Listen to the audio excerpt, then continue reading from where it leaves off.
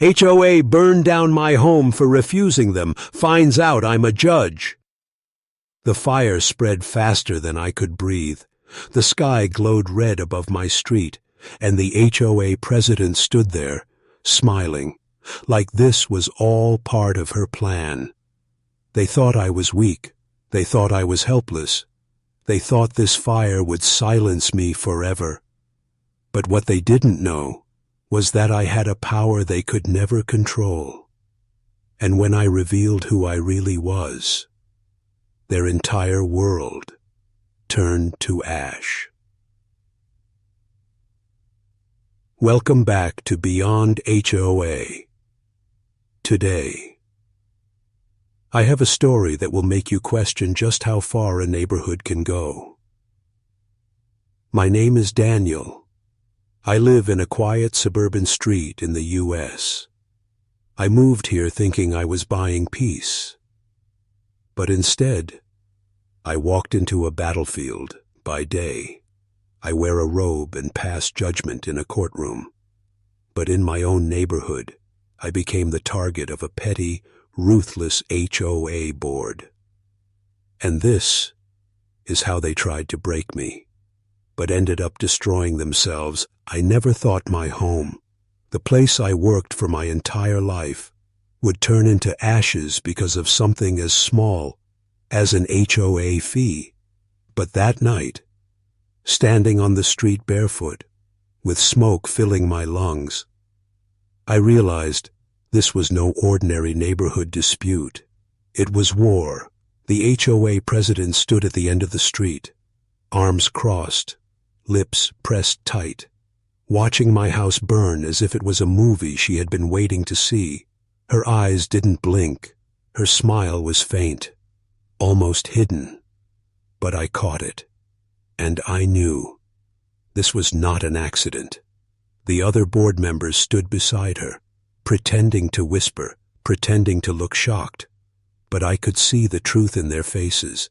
They wanted this. They planned this. And I was the fool who thought saying no to their rules would make them leave me alone. The fire crackled louder. Windows shattered one by one. The smell of burning wood, burning paint, burning memories wrapped around me like chains. I wanted to scream, but my throat was dry. I wanted to run in and grab something, anything. But the heat pushed me back every step I tried to take. I looked around for neighbors, someone, anyone. But the curtains were drawn, the doors locked, the street silent. No one wanted to be seen. No one wanted to take my side, because in this neighborhood, the HOA was not just a board. They were the law. They were the fear. They were the silent shadow that controlled every mailbox, every flower bed, every blade of grass. And now, they wanted to control me by destroying the only thing I had. I should have been broken. I should have fallen to my knees. But inside, I felt something different. I felt calm, because I knew something they didn't know.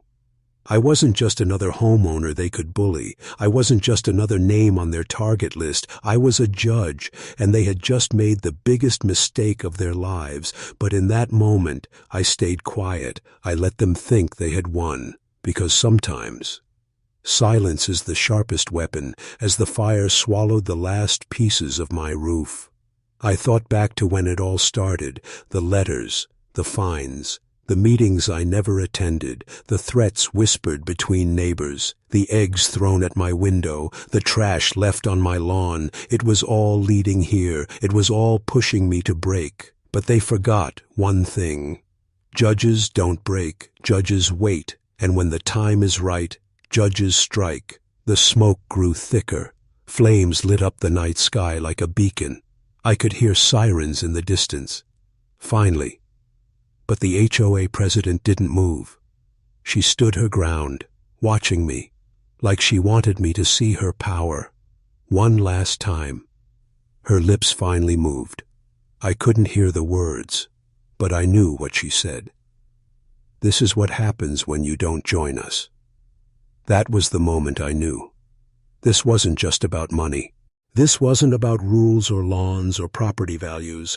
This was about control. This was about power, and they would burn down an entire house just to prove they owned the neighborhood. The fire trucks arrived. The water sprayed. The flames hissed. But it was too late. My house was gone. My neighbors stayed inside. The HOA board walked away slowly, like generals leaving a battlefield after victory. But they didn't win. Not that night, not ever. Because when the sun rose the next morning, I wasn't thinking about the fire. I wasn't thinking about the ashes. I was thinking about justice, and I knew exactly how to get it. I could already picture the courtroom. I could already hear the silence as the board members walked in. I could already see the shock on their faces when they realized who I was. The man they thought they had destroyed was the man who would decide their future. But the question is, how far do you think an HOA will go to protect their power, even when they know the judge is living right next door? Now start with the next part. 1,000 words, making it even interesting with a hook, and end it with an engaging question as well. Story should end.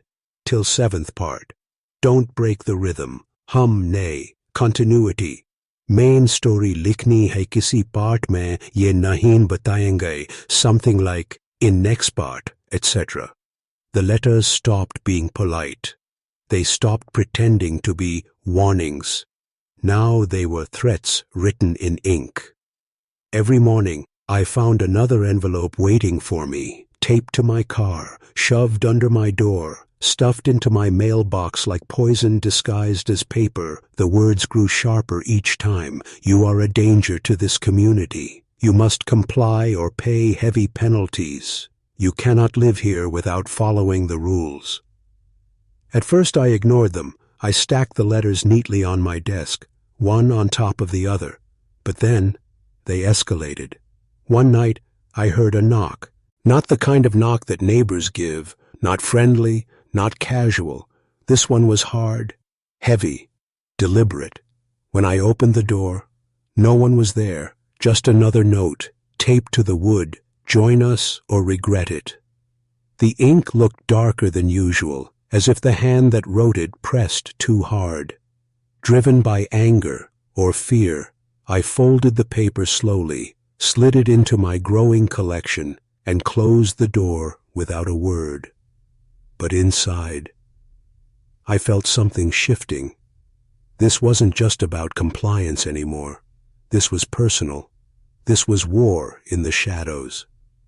The next day, I found a fine taped to my windshield. The amount was absurd, more than most people made in a week. The violation? Grass too long. I had cut it 2 days ago, but I didn't argue. I didn't complain. I simply took a picture of the fine, took a picture of my perfectly trimmed lawn, and added them both to my folder. They thought they were bleeding me slowly. They thought each fine was a cut, each note was a wound. But what they didn't know was that they were giving me the rope to hang them with. One evening, as the sun dipped behind the identical rooftops, I saw them gathering at the end of the street. The board, standing in a tight circle, talking in low voices. Every few seconds, their eyes flicked toward my house. I stepped outside, calm, deliberate. Their whispers stopped immediately. The president turned to me with that same smile, the one that never reached her eyes. "Evening, Daniel," she said, her voice sweet, her eyes sharp. "Lovely weather, isn't it?" I didn't answer. I just looked at her clipboard. I already knew my name was written there. Another fine, another violation, another attempt to push me down. She tapped the papers with her finger. "Don't make this harder than it needs to be. You're only hurting yourself." I stayed silent. Silence was my shield, and silence made her nervous. Her smile flickered, her jaw tightened, and for the first time, I saw a crack in her armor. That night they struck again. I woke to the sound of glass breaking, rushed downstairs to find my window shattered, and on the floor, another note. This one didn't bother with polite words. It only said, "Last warning." The rage inside me burned hotter than the fire that would one day take my house, but I kept my composure. I picked up the note with gloves, placed it in a plastic bag, and filed it away with the rest because I knew something they didn't. I wasn't just collecting threats, I was building a case. Each fine, each letter, each note wasn't just harassment, it was evidence, and one day soon, I would use their own weapons against them. Still, the harassment grew louder. Neighbors began to avoid me completely. The couple next door stopped waving. The kids across the street crossed to the other side when I walked by. I had been painted as a villain, an enemy, an outcast, all because I refused to bow to their HOA. The president made sure of it. She whispered poison into every ear, telling them I was dangerous, that I was stubborn, that I would destroy the peace of the neighborhood. Peace, funny word, isn't it? Peace built on fear, peace enforced by fire. But I saw something else in the eyes of my neighbors, something hidden behind the fear, a flicker of hope, a question they didn't dare ask out loud. Would I be the one to finally stand up to the board? The answer was already written in my heart. Yes, I would, but the board wasn't done testing me yet, because soon they stopped hiding their hate in letters and fines and started showing it in the open. One morning, I woke up to find my driveway blocked, a car parked sideways, trapping mine inside. The same board member who always followed the president around stood there leaning on the hood, arms crossed, smiling. "Problem?" he asked, mocking, confident, like he believed nothing could touch. Him, I didn't answer, I didn't shout, I simply pulled out my phone, snapped a photo, and walked back inside. His smile faltered when he realized I wasn't giving him the reaction he wanted, because bullies feed on fear, and when you give them nothing, they starve. But I knew one thing: starving dogs eventually bite, and the board was getting desperate. Every move I made was under watch, every step monitored, every breath judged. It was no longer about rules. It was about control, complete and total. And as I looked out my window that night, saw the same board members gathering under the streetlight again, saw their lips moving, their eyes cutting toward my house, I realized something. They weren't going to stop. Not until I broke. Not until I joined, or not until I was gone. The fire hadn't come yet, but I could feel the smoke already. I could feel it in the way my neighbors whispered, in the way the president stared too long, in the way the board tightened their grip with each passing day, and I couldn't help but wonder, if your own community turned against you, would you keep resisting their power, or would you finally surrender, just to feel safe again? The threats were no longer whispers. They had become shouts carved into my everyday life. The HOA was not hiding anymore. They wanted me to feel their presence every second, every breath, every step. It started with my car. One morning I found it splashed with paint, red streaks running down the hood like blood, and taped to the windshield was another note: join or leave. I stared at it calmly. Neighbors peeked from behind curtains. No one came outside. No one said a word. I could feel their fear. It hung in the air heavier than the smell of the paint. Fear of the board. Fear of becoming me. I didn't call the police. Not yet. Instead, I took photos. I filed the note. I added another piece to my growing mountain of evidence. Because while they thought they were burying me in harassment, I was building the firewood that would burn their empire down. But they didn't stop. They couldn't stop. Every week, new fines arrived. Every week, new threats appeared. Mailbox too tall. Curtains the wrong color. Violation of neighborhood aesthetics. Absurd. Petty. Childish. And yet, each fine grew heavier in number. Each one a weight they thought would finally crush me. But I didn't break. I documented. I recorded. I prepared. Still, I knew this game was reaching a dangerous point. The tension was no longer silent. It was boiling over. One night, I heard footsteps outside my house, slow, deliberate, circling the walls like predators in the dark. I turned off the lights and stood by the window. Peering through a thin gap in the curtain, 3 of them stood there, board members, holding flashlights, shining them at my house as if they were searching for flaws in the siding. But their eyes weren't on the walls, they were on me. One of them laughed quietly, the kind of laugh that chills blood instead of warming it. I didn't step outside, I didn't give them the fight they wanted. Instead, I picked up my phone, pressed record, and captured every second. The next morning, the president herself showed up, not alone. 2 men walked behind her, both tall, both silent. She knocked. I opened the door only halfway. Her smile was sharp as glass. "Daniel," she said, "you're making things difficult for yourself." I didn't respond. Her eyes narrowed. Her voice dropped lower. "This is the last time I'll ask politely. Sign the papers, join the association, or face the consequences." I stayed silent. The 2 men behind her shifted. Their presence wasn't accidental. It was intimidation made flesh. I simply closed the door. Behind the wood, I heard her laugh softly, not a laugh of joy, a laugh of certainty, like she already believed she had won, but she hadn't. Not even close. Because with every threat, with every game, with every late-night knock and broken window, they were giving me exactly what I needed. Proof.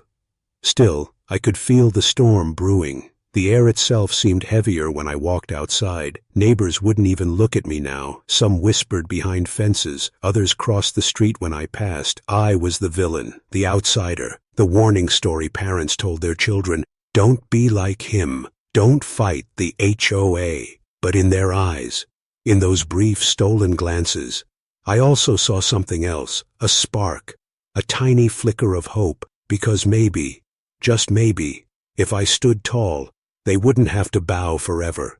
But the board grew desperate, and desperate people are dangerous. One afternoon I came home from work and found my yard destroyed, grass torn up, flowers ripped out, sprinklers smashed. In the middle of the lawn, a single sign stood, painted in crude black letters, "Comply or burn."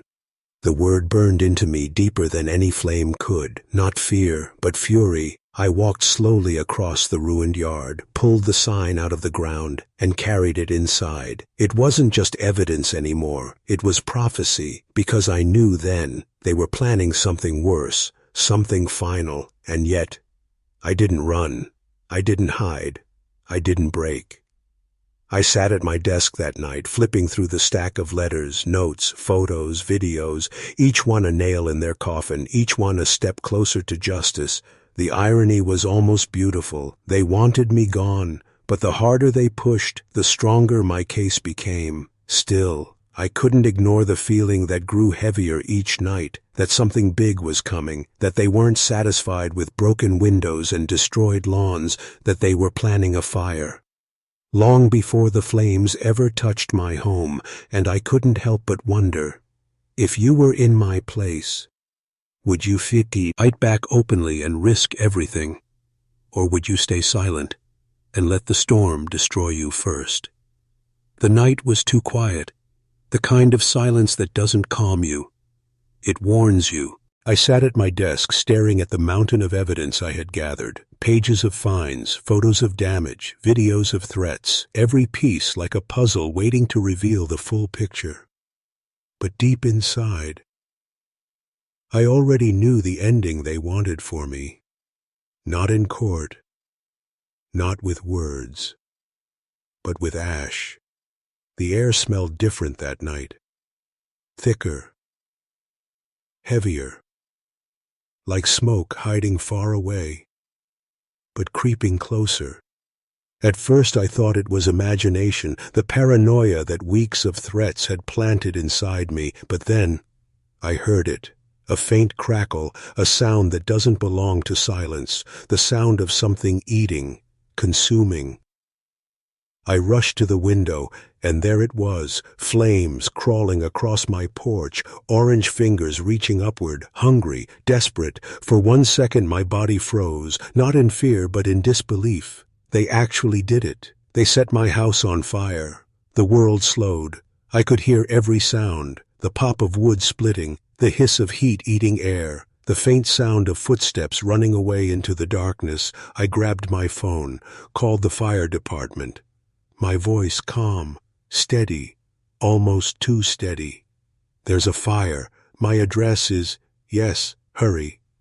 I ran outside barefoot. The heat hit me like a wall. Neighbors opened curtains and opened doors. But no one came close. They stood at a distance, faces lit by the glow of flames, eyes wide with shock, but still silent. No one dared move, no one dared help, because this wasn't just fire. It was a message.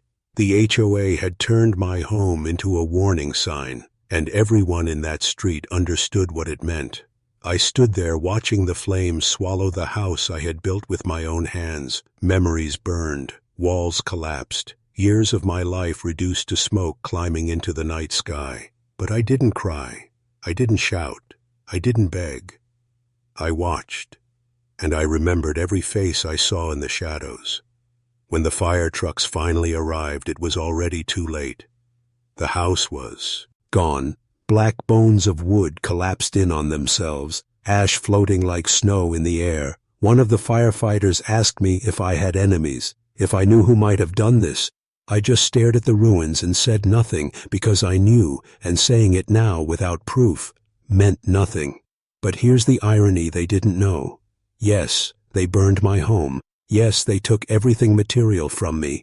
But in doing so, they gave me the last and final piece I needed, the proof of intent, the proof of escalation, the proof of destruction. And when the smoke cleared, I was not homeless. I was unstoppable. Insurance covered the damage. But my real weapon wasn't money. It was truth, and truth, documented, undeniable truth, is heavier than fire. Still, standing in the ashes of my house, I couldn't escape one thought. This was no longer about rules, or lawns, or mailboxes. This was war. The president of the HOA came by the next morning. She had the audacity to stand at the edge of the charred ruins with a smile. "Such a shame," she said softly. Her eyes glowed not with sympathy, but with victory. "It didn't have to be like this. You could have just joined us now. Look what you've lost." I stared at her. Not a word left my mouth, because silence, sometimes, is the loudest answer. She mistook my silence for defeat, and she left with her little group, their footsteps crunching over ash like they were walking on my grave. But I wasn't buried, not even close that night. I sat at a friend's house where I was staying. I pulled out my files, my recordings, my photos, and I began piecing everything together. The late-night threats, the vandalism, the sign that said comply or burn, the fire itself, all of it. A chain, a clear story, a narrative no court could deny. And then came the part they never expected, the part that would twist their little game into their own downfall. Because while they believed I was just another homeowner, a weak man fighting against a strong board, they had made one mistake. They didn't know who I was. They didn't know the man whose home they burned was a judge, not just any judge, but one who had built his career tearing apart corruption, one who knew every legal crack, every loophole, every weapon in the book. And now, I wasn't just their neighbor. I was their executioner. I leaned back in the chair that night. A small smile tugged at my lips for the first time in months. They thought fire had destroyed me, but in reality, it had forged me harder than steel. And as I stared at the stack of evidence glowing under the lamplight, I whispered to myself, it's time to burn them back, but this time, in court. The question isn't whether I can destroy them. The question is, how far would you go? If someone burned your home to the ground just to break you, Would you seek revenge in silence, or would you fight back until every single one of them fell? The smell of smoke still clung to me. Even weeks after the fire, I could feel it, like the ashes had followed me, settling into every corner of my life. But I was no longer the man standing barefoot on the street, watching his home turn to dust. No, I was the man who carried the ashes into the courtroom and turned them into a weapon. The morning of the trial, the courthouse felt colder than usual. The walls echoed with footsteps, whispers, the shuffle of papers, but inside me, there was only silence, the kind of silence that comes before a storm. I walked through those double doors, not as a victim, but as a judge who had tasted the other side of justice. The HOA board sat across the room, dressed sharp, expensive suits, false confidence painted on their faces. The president in the middle, arms crossed, eyes burning into me. She thought this was still her game, that her lawyers, her influence, her threats would protect her. But what she didn't know was simple. This wasn't her neighborhood anymore. This was my arena. The clerk called the case, Homeowners Association versus Robert Hayes. Every head turned, reporters scribbled in their notepads, neighbors filled the benches behind me, and for the first time in months, they weren't silent anymore. They were watching, waiting, hungry to see what would happen. The HOA's lawyer stood first, a tall man with a voice like oil, smooth, confident, dripping with false logic. He painted me as a troublemaker, a rebel who refused to follow simple rules. He twisted every moment into defiance, every refusal to join the HOA into arrogance, and finally, he ended with words meant to slice through me. Your Honor, my clients deeply regret the tragic fire, but it is clear, Mr. Hayes invited chaos into this community by refusing to comply. He destroyed not only his home, but the peace of his neighbors. The room hummed with whispers. The board members smiled, smug and certain. They believed they had already won, but then it was my turn. I rose slowly, not rushing, not forcing, letting silence do the work for me. And then I began. I told them about the letters, the fines, the vandalism, the threats painted across my walls, the words comply or burn, and finally, I showed them the evidence I had built, piece by piece, like a blade sharpened for one purpose, photographs of damage, recordings of board members whispering threats, emails laced with intimidation, witnesses who had stayed quiet out of fear, but now stood tall, and then the final blow. The fire report, signed by investigators, confirming arson, confirming intent. The room went silent. The board's smiles cracked like glass under pressure. The president leaned forward, her face pale, but her eyes still defiant. But even she couldn't stop what was already unraveling. I locked my eyes on the jury and said words I had waited for since that night. They wanted me silent. They wanted me broken. They wanted my home to turn to ashes so no one else would dare resist, but what they didn't know was that I've spent my life fighting corruption in every form, and today I fight it here. The weight of those words filled the courtroom, and I could see it, every juror leaning in, every reporter scribbling faster, every neighbor realizing, maybe for the first time, that the monster they feared wasn't me, it was them. The trial stretched on for days, but each day was the same rhythm, their lies unraveling, their defenses crumbling, their arrogance peeling away. By the final day, they were no longer untouchable rulers of a neighborhood. They were desperate criminals trapped in their own web, and when the jury returned with their verdict, it was more than I expected. Guilty, on charges of harassment, on charges of conspiracy, on charges of arson. The president's face drained of all color.